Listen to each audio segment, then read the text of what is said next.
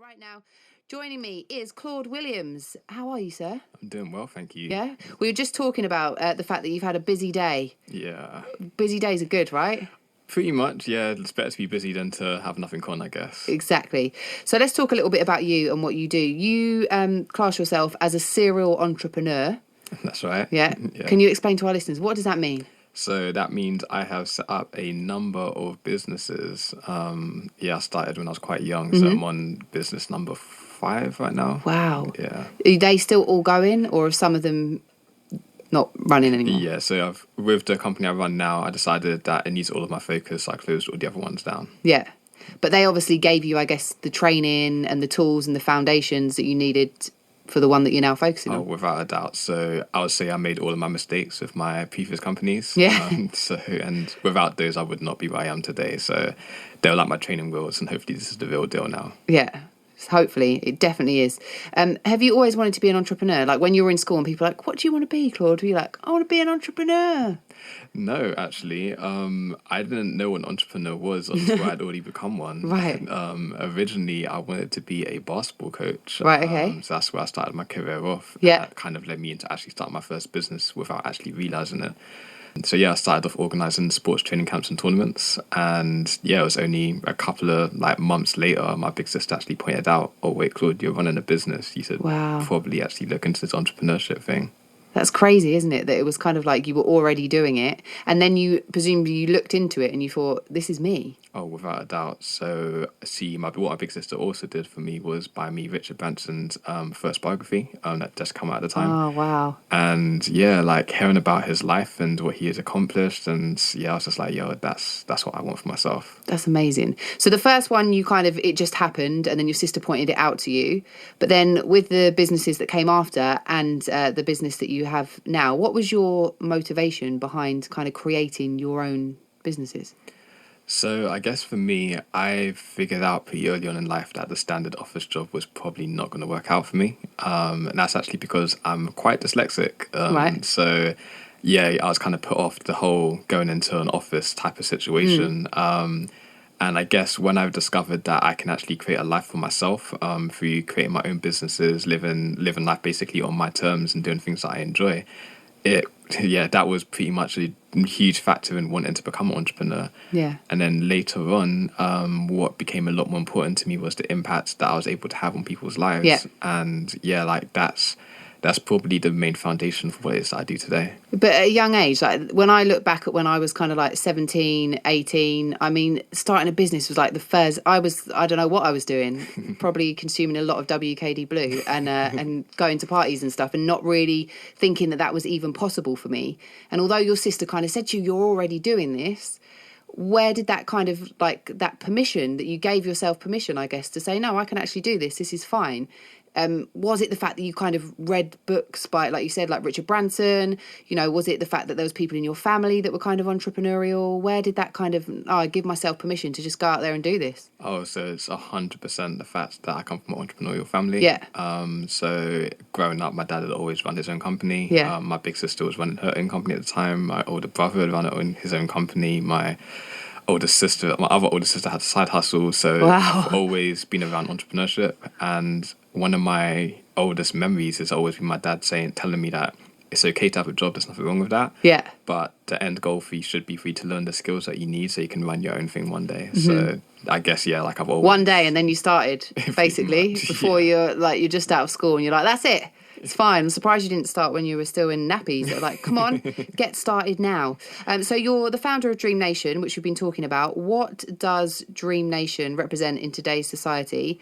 And what do people get from being a part of it? Okay, so our mission is to empower people to become practical dreamers. So that's to have a dream for yourself, but actually turn it into reality. Yeah. I think in our society, that's something that's really needed nowadays because it's so easy to kind of get funneled down a pathway without actually ever thinking about it. We go to school, go university, get a graduate job, rise up the ranks, then get married, have children, and the process kind of just keeps repeating itself. So I really think it's important for us to really connect with what matters to us because honestly, we only get one shot at life. Is it a little bit about throwing the rule book out the window? the societal rule book, I guess, in a way that says by this age you should have done this, tick. By this age you should have done that, tick. Yeah, 100%, in the sense of like thinking for yourself, like what matters to you, where are your skills, where are you going to be happy, where can you actually make a sensible living from, and actually finding a way to make that all work together. That's really our focus. But you would have thought that's something that, you know, kind of would have been taught to us in school, that it's like, you know, what do you actually enjoy, what do you think you'd like to do? But I don't think you necessarily know when you're 16 or when you're 18. Sometimes, like, look at you, you've been through those different things, you've tried those different businesses, and I don't know how old you are now, but you've now got to a point where it's like, no, this is the one. But you had to kind of go through those ones. But there's so many people, I would say, that are so scared of failure that what you saying, oh yeah, I'm on my fifth one now, my fifth business, and the other ones I had to let go of them, because to people that would probably make some people really anxious, thinking, oh my God, but that's 4 failures, that's 4 things that didn't work out.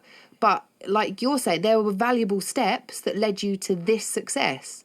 So how do we kind of get out of that mindset of fearing failure? Yeah, so I think this is a very British problem, to be honest with you, in a sense of, I don't know what it is, but I'm also terrified of failing. I say that in quotation marks, because what I've really had to learn in life is that you either win or you learn, one of the two. So as long as you treat every opportunity as something to learn and progress yourself, then you're okay. I think, once again, kind of taking it way back for myself, with the whole dyslexia thing growing up, it meant that I got used to failing real quick. Yeah. Because when you're doing spelling tests that have like 3 and 4 letter words and you're walking away with like almost 0 marks, you get used to the idea that, okay, like playing by the rules isn't always going to work out for you. But then at the same time, when I saw that I was able to eventually learn how to do that and learn how to read and write properly, it's like, it made me understand that you do things at your own pace and your own way, and don't try and fit into boxes, because it's not always going to work out for you. Yeah, but for a lot of people, you have that knowledge and you have that understanding, and from what you've told me, that comes from your family, and the fact that they obviously didn't go, oh no, he's dyslexic, and that means this, and this, and put you in a box and gave you a set of labels, and now said that's it, because they've said dyslexia, that means this for his life, that means this for his life, because people give you, when you get labelled with things, very often people give you a set of beliefs. And then those set of beliefs go on to shape your life and to kind of put you, I guess, in like a prison of those makings. But obviously you had that knowledge that, no, this doesn't need to limit me. And I guess by overcoming the fact that at first you couldn't read and write, and then you've overcome that in your own time, in your own way, you've already proven something. Because I guess at the time there probably were people that were like, well, it's not going to get that much better. But then you've obviously overcome that. So that kind of reinforces that belief in yourself. But I guess you had that as a child. For a lot of people, they didn't have that, and now they're adults, and now they're like, I need to try and find some kind of sense of belief in myself, I guess, that I can go out and do these things. I don't have to follow that narrow path that's been set for me. What would you say to adults that are in that kind of situation? So I guess the first thing I'll say is come have a conversation with me. Definitely. But I guess I think a lot of the problem is what we say to ourselves. And I think you'll find that a huge part of why people end up failing is their self-talk. Yeah.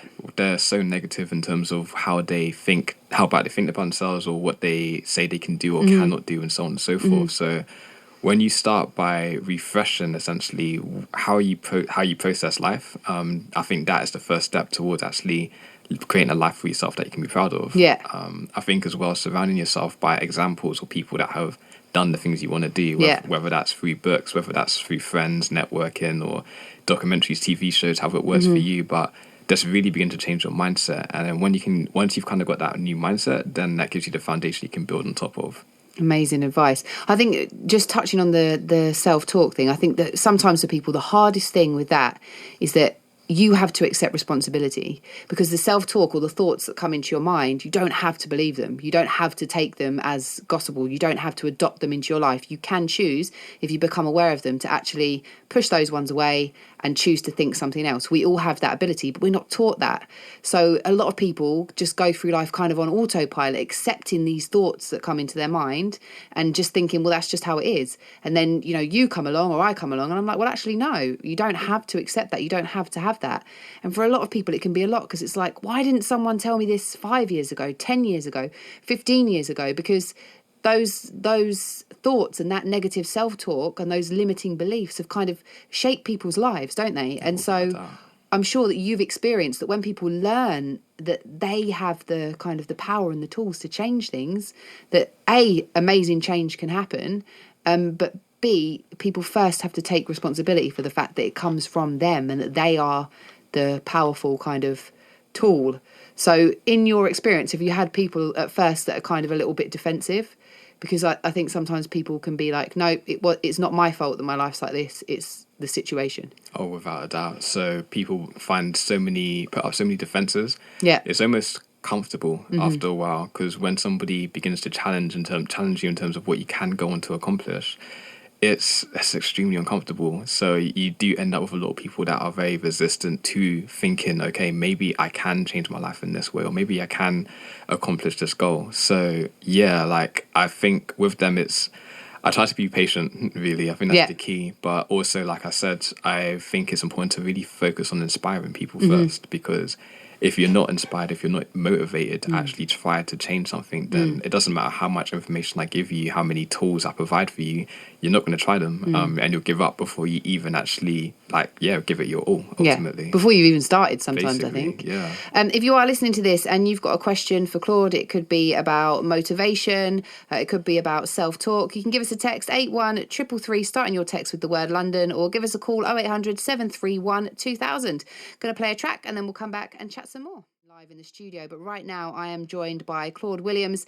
He is the founder of Dream Nation. We've been talking all about exactly what Dream Nation is and what it does, and how obviously you came to found it, and what was your what am I talking about? Your process, I guess, for starting it is what I'm trying to say. So we've got some people online on the phone who want to ask you some questions. So let's go to our first caller, who is Bola. Hello, are you there? Hi, yeah. Hello, have you got a question for Claude? Yes, I do. Hi, Claude. When it comes to thinking about Brexit and moving forward, what advice would you give entrepreneurs? Oh, for Brexit? Okay, then. Personally, my biggest advice right now is just stay focused on your business. There's so many things that you can't control. It's literally that simple. In fact, we don't even know when it's going to take place right now. So, create the best business you can, build relationships with your customers, and ultimately just stay flexible. So if you do that, then hopefully you'll be able to weather the storm and come out strong on the other end. Was that helpful? Thank you. Yeah, it really was. Thank you so much for calling. It's great advice, because at the end of the day we don't know what's happening or when it's going to happen, and we can kind of preempt a million different outcomes, but it's almost wasted energy, isn't it? And like you said, it's energy you could be investing in your business, on the people that are there now that are investing in you by spending money on your business, and that's what counts, right? Definitely. And like you say, building those relationships and making it so it's imperative that you're an imperative part of their life, I guess, so they continue to invest in you. Right, we've got Stacey, who's in Gatwick, on the line. Stacey, you there? Hello, Stacey. Stacey, are you there? Hold on, we'll find her. There's different lines. I'm getting used to, putting the right ones up. You're like, yeah, okay, Claira. So professional. We'll try and find her and we'll get her on. Oh, she's there. Stacey, are you there? Yes, I'm here. Hello, Stacey. What's your question for Claude? Well, I'm having some challenges regarding one person in my team. So I am the manager, and I have two people in my team, and one of them is not doing anything that I asked her to do, any of the tasks. She says that she doesn't understand when very clearly, and everybody understands that she says she doesn't understand very clearly, and she said already that she's not motivated to do one of the projects, and she's always kind of boycotting and being subverted on purpose, and I feel sometimes I'm not being a good manager because I'm not telling her off, but at the same time it's just like this person that is trying to put me down in front of others. Right. And I don't have that personality. So how can I manage that? Okay, so Stacey, you're the manager. You've got a colleague or one of the people that you manage who I guess is being a little bit unmanageable, basically, and isn't listening to what you're saying, and you're not the kind of person to go in all guns blazing and scream and shout at her. So you want to know how you can, I guess, bring her on side and communicate with her and get her so that she is part of the team and on board and pulling her weight, I guess. Yes, exactly. Claude, have you got any advice for this one? I do, yeah. So firstly, that is definitely a complicated problem, and the advice I give now is going to be very limited. But what I would recommend, there's a book called Crucial Conversations, which is really great at helping you to navigate these type of situations. So I'd highly recommend you read that. Also, from my experience in terms of leading and managing people, once you check kind of your legal grounds to do this, I would personally be very willing to let go of her from your company. And the reason I say that is because it can, when you have people that are negative and almost deliberately trying to sabotage your business, it can really mess up your company culture, and that can really spread.